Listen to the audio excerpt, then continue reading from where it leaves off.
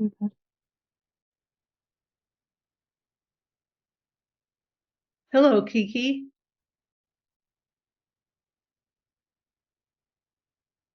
Hi. How are you? Where are you located? You guess? I have to guess. Please guess. The location is Asia. The small, tiny places. Well, Hong Kong. Hong Kong. Hong Kong. Oh, Oh. Well, welcome. How nice. Nice to meet you. Nice to meet you. We have Kat on here from Scotland. Oh, okay. So already we're international. At that time, Scott should be what time? Your the time now. area? What time your area? So the time right now is 5:05.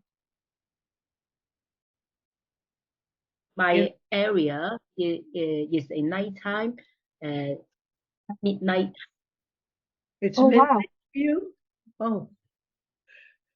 Well, thank you for being so dedicated to come. That's lovely. The first time join the session. Yeah. Now we have a few others who are supposed to be joining. Here we go. Oops, where did oh, what did I do to him?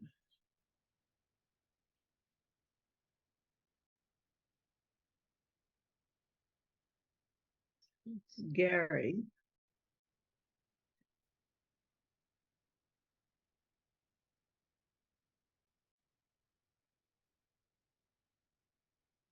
Oh, I see everybody.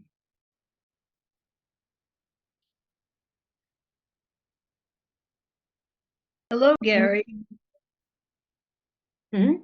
Greetings. Greetings. Thank you for coming. We're just waiting for a few more people, but we're already international. Well, that's cool. We've got Kiki from Hong Kong and Kat from Scotland. Where are you located? I'm here in Madison, Wisconsin. Nice. Real close to you. Real close to me. That's right.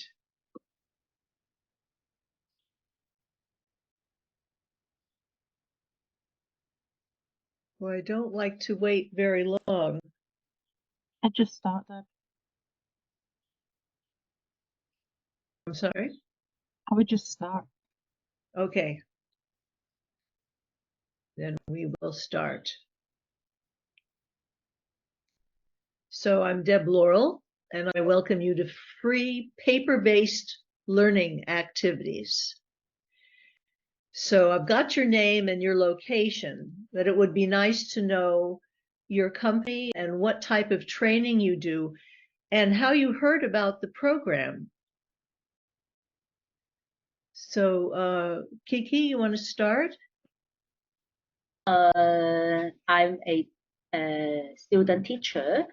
I would like to teach students do some creative art and for early childhood children. And I use the UN Tribute apps to find out your activity. Oh, okay. Well, thank you. Now, this is focused on not early childhood. Will that work for you? It's okay, no problem. Just interest everything. I'm interested everything. Okay. Good. And Gary, how about you? Yeah, good morning here from Wisconsin, I guess. So I work for the National Rural Electric Cooperative Association, NRECA for short. Deb, you and I actually did some work together a number of years ago when we first got here in the early 2000s. So, Your and name we, is very familiar. yeah, it was a long time ago. And we have a training operation here in Madison where we get adult learners from all across the country that work for electric co-ops to come in and get professional development. And I've been on an email list of yours, I think, for a while, so that's probably what came from. Oh, wonderful. Okay. And Kat, did you want to introduce yourself? I can do. I work for Deborah, so I heard about the program, so I promoted it. I am a social media marketer, so the training I do is teaching people how to use social media and how to get found online. All right. Thank you. So a little bit about me. I've designed and delivered skill building training programs for over 45 years because I started when I was 2. And I've done that on a national and international basis. And I've trained and certified trainers in the US, Kenya, Nigeria, Zambia, Croatia, Jordan, and the United Arab Emirates. So I have a little bit of experience. So what's the one thing that would make this session worthwhile for you? Since there's just the few of us, I don't think you need to put it in the chat window. What are you hoping to get from this? I'm always looking for new, inexpensive ideas to capture somebody's attention. All right. And Kiki?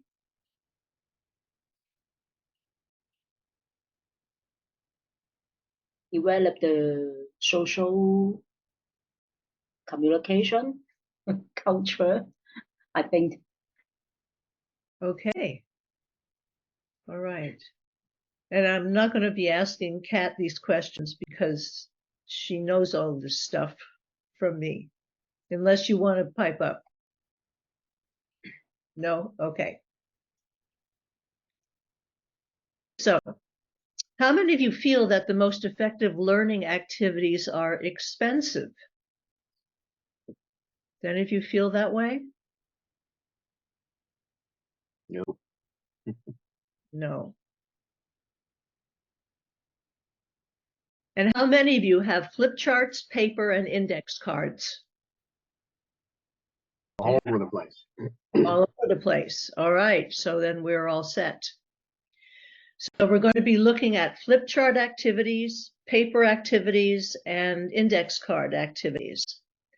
And some of them are very familiar to you, and some of them may not be. I'm hoping that there are some that are brand new for you. So certainly large group brainstorming answers to a question or problem situation is something that you probably do. Or having table groups posting their responses or analysis. What I have found is if you put a flip chart next to a group, you are automatically inviting activity because there's going to be some kinesthetic person who's going to pop up, grab one of the fragrant markers and start writing. Then there's the gallery walk, where groups of participants walk from flip chart to flip chart, posting their answers to questions. So you could use that to check their knowledge at the beginning. You could use that to check their recall of information that has been received. And then I have had people create a game board out of a flip chart for a table group activity. So are you familiar with the gallery walk? I've done a version of that.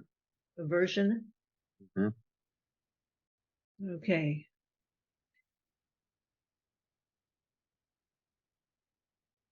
Then there's the relay race, which may be surprising, but participants absolutely love it.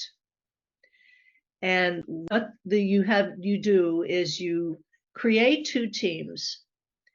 And the way I break them up is I have them line up in the back of the room by the month and day of their birth, not the year, the month and day.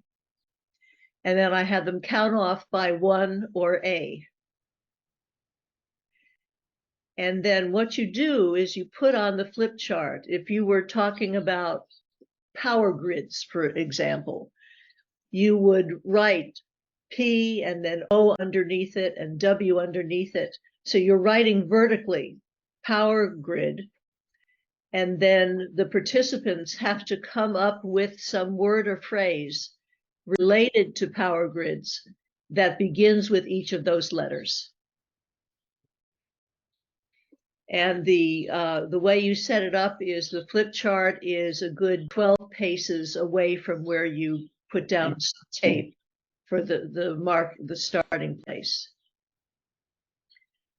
And I always give a prize to both teams, regardless who gets done first.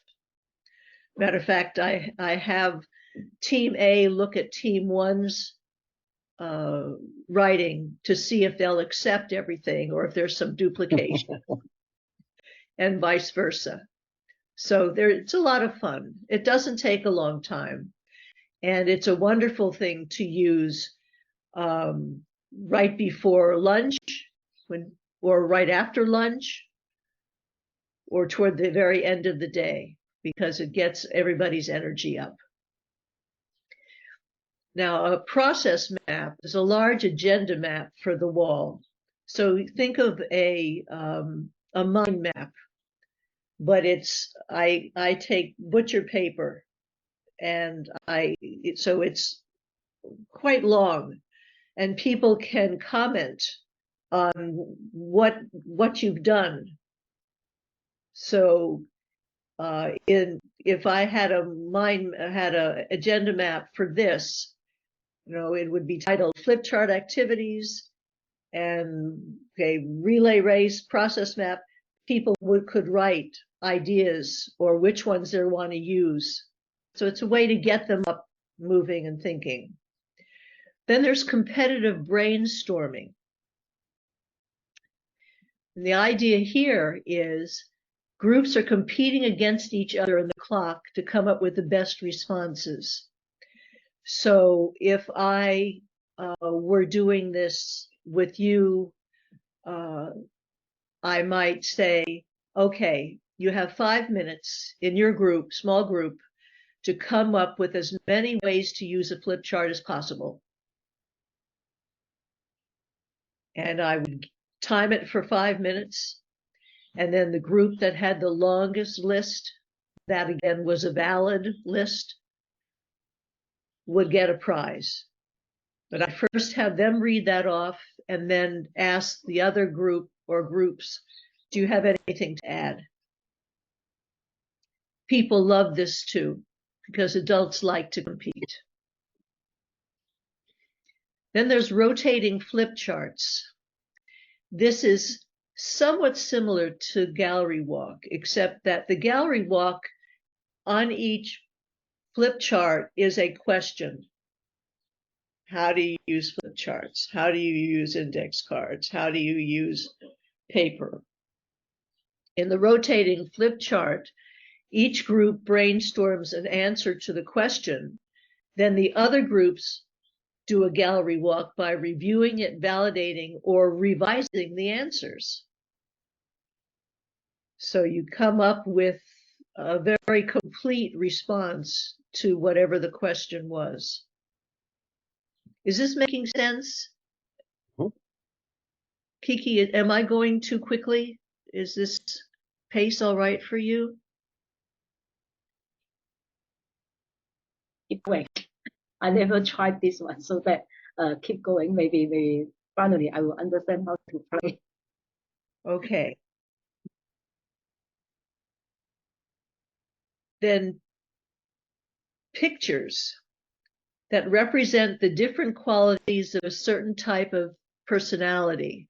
Or in other words, I might say, what are the qualities of a person who works with young children. Essentially draw a cartoon of that person and write down what the qualities are. And so you would have different groups would have come up with different pictures, and you can post them and people can see what the qualities are that people consider important. Markups. This is where I use it with key learning objectives. When I begin a training program, and this would be on site, in person, I have, although it could, let's go through this, then let's decide what could be used in virtual, because it could be done virtually. But in a classroom, I would write the learning objectives for each day, or just the learning objectives for the day if it's a one-day program, and then give people stickers and tell them, let's say the learning objectives are on 2 pages. I might say, okay, put a sticker next to the top 2 learning objectives on each page that are most important to you. So it's a way to get buy-in. It gets people up and moving, and it gives me a kind of a mini needs assessment as to what it is people are interested in doing. And then I go through that and I explain, we're going to do everything, but now I know where you want the emphasis to be placed. And then plan outlines. I teach a train the trainer program. And in that, people have to create a lesson plan, essentially. And so as we learn about identifying goals and designing learning objectives, the small groups go through that with me, working with me, and then they work on their own in their group to write out what the goal is, what the learning objectives are, and number them. And then they can report out. And what's good about this is, first of all, it gets the entire small group working together. They have to make decisions together. And I can scan the room and see where they're on track and where they're having a problem, so I can intervene. Okay, let's do it this way. All right, let's just talk about a regular 8.5 by 11 sheet of paper. Certainly worksheets. You can have worksheets for anything. Questionnaires. And I have found the easiest way to create a questionnaire from a lecture, so that you take it from being non-participatory to being highly participatory, is to take the key points of the lecture and make a question or a statement on the questionnaire. It might say, the first statement on the questionnaire might be yes or no, agree or disagree. All learning activities need to be expensive. The second question might be, for this, might be, flip charts are the only pieces of paper that will work for learning activities. Now, I've just come up with 2 where there's an obvious no, but I wanted you to get the picture of what you would be doing with that. Fill in the blanks. That's a pretty common one. As someone is talking, the participants are filling in the blanks. Case study problem situations with questions. All of these are probably pretty familiar to you. What about role play scenarios with roles and procedures to follow? Or crossword puzzles and word search puzzles. Those are good ways to check people's comprehension. in many of the trainings that in the multiple day trainings that I do, I always want to check in the morning of the second day if people have retained what they learned in the first day. So a crossword puzzle can be a fun way for them to answer questions and for me to see that they got it, they understood it, they remembered it. And there are free web resources to do them, so they're not hard to do. Having people create a mind map. Kiki, are you familiar with a mind map? Was that a yes or a no? Yeah, yes. Yes, okay. Then scavenger hunts. Here, this is a wonderful one to use when you have policies and procedures that you want people to learn. And they also need to know where to find that information. So you can pair, for example, you can pair them up and they have a worksheet that says, what policy number X says this. And working together, they've got to look at the resources available and answer that question.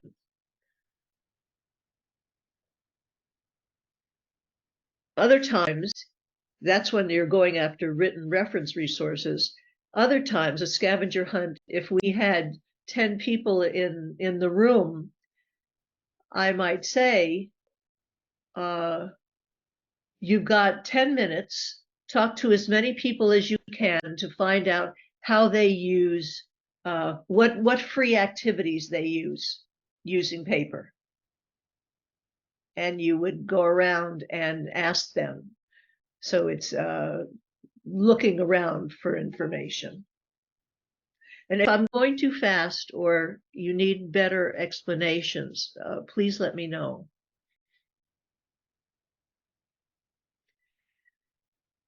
Markups.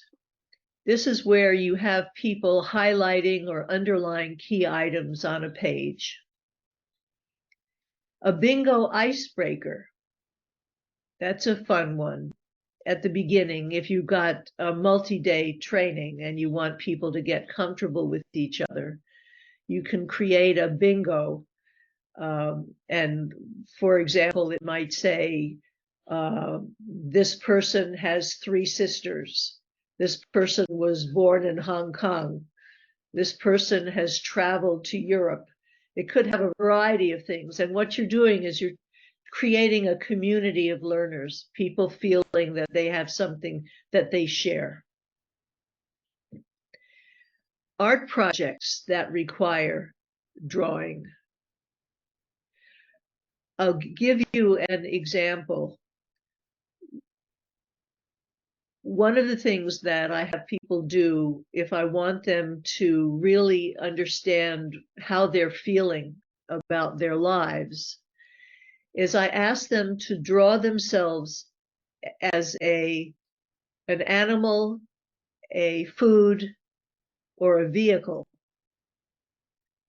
And their artwork is not so important. What is important is the concept and what the characteristics are that they write about them. So for example, I might have someone who says, well, who draws a truck with flat tires and a broken window and saying, I just feel like I'm going nowhere and I'm in a rut. I had somebody draw themselves as an ice cream sundae that showed one bite taken out. And she said, everybody gets a slice of me except for me. So you can see it can be a very telling activity. Another example is somebody drew a ship, a battleship with a lot of people overboard. And that was how they felt in their organization, that the organization was steaming ahead and didn't seem to care much about the employees. Written assignments, action plans, those probably go without clarification. An action plan, of course, is really important to have at the end of a training. How is the person going to use what they've learned? What is it they're going to do? Oh, here's the picture and description of yourself as an animal, vehicle, or food group. Then there's the snowball toss. And have participants write an issue on a piece of paper. So this is an issue they need help solving. They scrunch it up, and on the count of 3, everybody throws it in the air for others to find and then respond to the issue. And if the person who finds the paper can't respond, then the group volunteers responses. But that's again, gets people up, gets them moving. And you can have, if there aren't a lot of people, you can keep people standing. If there are a number of people, they can go back to their chair and then answer the questions. That's one that you certainly could use with young children. Now we move to, I say 3x5 index cards. It can be any size card you want. Role play information, individual or group brainstorming, a self-directed group quiz. This is something I love to do, and participants love it. I call it grab the couche, and the couche is a soft ball, and I put it in the middle of the table, and participants need to take 2 index cards and write on each card a different content question based on what they've learned so far. And they also have to have an answer. They can't ask a question they don't have an answer to. And then they assign it points from 1 to 10. And then, so if we were sitting around the table, Kat might say, X, here's her question. And the 3 of us would grab for the couche, and whoever grabbed it first would answer the question. And she would give the points that she had assigned to that question. And you just go around the room. And the reason why I have people write 2 questions is because sometimes people come up with the same question. So you want them to have at least one that's unique. And you go around until everybody has asked their questions and they've been answered. And they tally up their points. It's the honor system. And whoever gets the most points gets a prize.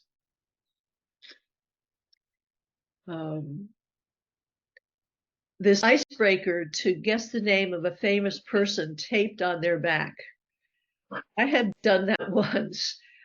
I found it very frustrating, but you can do it.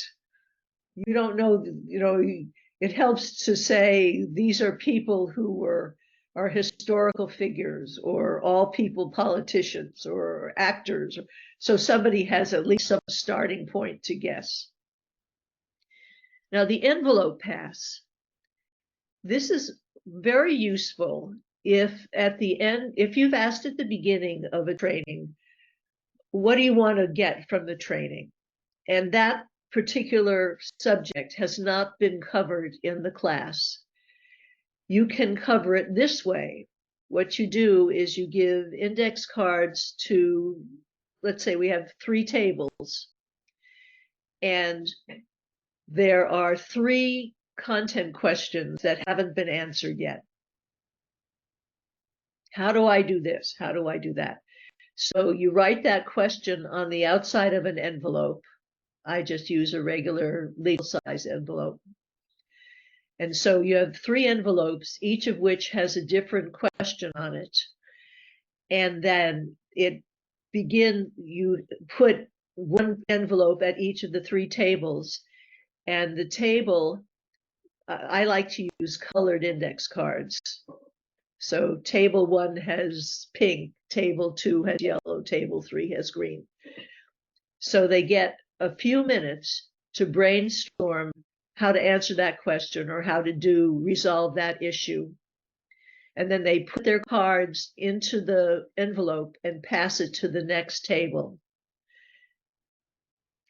And you do that until the envelope comes back to your table. And then you take out the cards and assign points from 1 to 100 in terms of the answers that you got. So there might be one card where you say, these are all fantastic. Giving 50 points to this card. We'll give 10 points to that card, and we'll give 40 points to that card. And whichever table gets the most points gets a prize. And the person who had asked that question or has that problem gets all of these ideas in an envelope to take home with them. So it's really a very rich activity. Presentation notes, progressive problem solving. Participants identify options to solve a problem, then rank the options in pairs, change pairs, and rank the top options, continuing with different pairings until only one option remains. And then nominal group decision making, where if you want people to stay anonymous, you have them put their votes on an index card and then turn them in. And, let's say you had 6 different options for choices, 6 different choices. People would identify their top choice on the card, and that would be tallied. And then you would know how the group voted without necessarily knowing who had voted for what. So, in summary, paper-based activities cost nothing and are easy to facilitate. I love flip chart activities because they often get participants up and moving, and you want to do that because when people stand up, that sends more oxygen to the brain, that keeps them more energized. It also helps them remember better because it affects the corpus callosum. The 8.5 by 11 paper is used in individual and group activities. 3 by 5 or whatever size index cards add novelty and variety. And these paper-based activities are highly interactive and experiential because you do want to remember that training is about the learner, not the trainer. So if we have somebody up there lecturing, people can leave the class saying, boy, I wish I knew what that person knows. But that's not learning. What we want is people to leave saying, I got it. I can go do that now. So, what are your questions?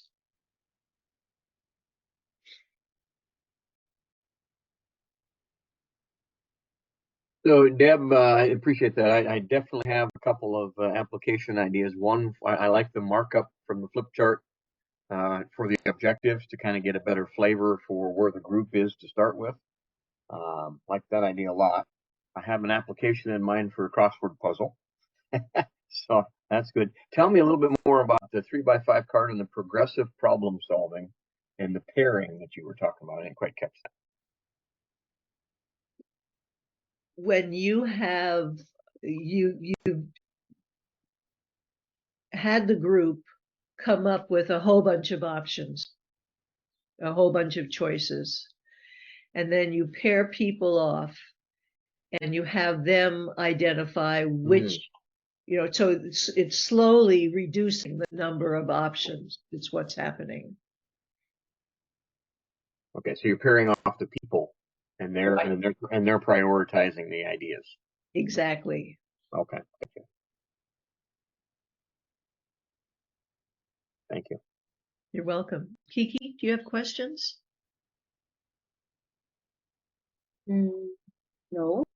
No? Okay. All right. It's midnight for Kiki. She's walking for this. Bless her heart.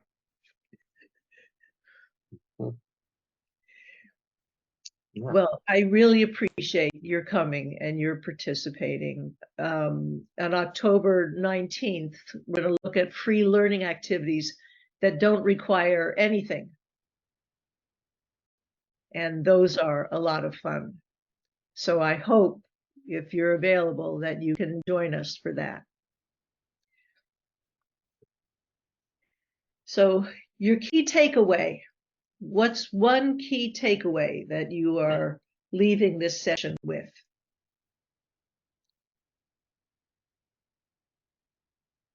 Don't be afraid to use something simple. Oh, I love that. Kiki? I will try to do some activity with the children. Okay. Mm. All right. And I'd like to ask a favor. I can put this, whoops, that was not what I wanted to do.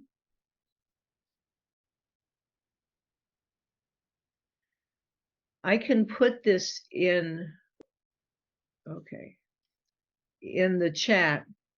If you have a Google account, if you're willing to leave me a review, that would be very appreciated. So let me figure out how to put it in the chat.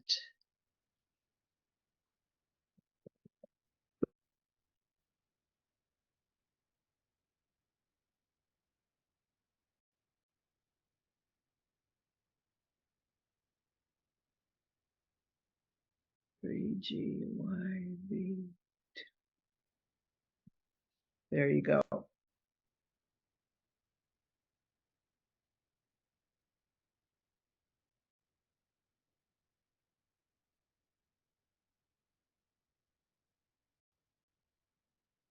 So thank you